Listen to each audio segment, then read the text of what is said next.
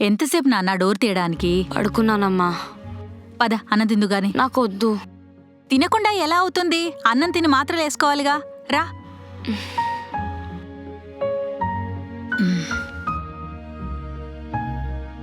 అమ్మా.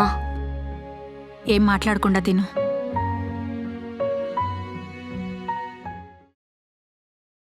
సారీ అమ్మా.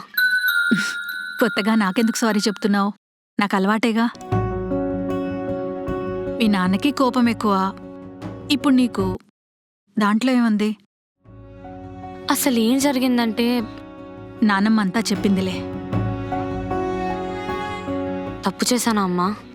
కరెక్ట్ అనిపించే చేసావుగా. ఎదుటి వాళ్ళ సైడ్ నుంచి కూడా ఆలోచించి డిసైడ్ అయితే రెండు సైడ్లా న్యాయం అనిపిస్తుంది.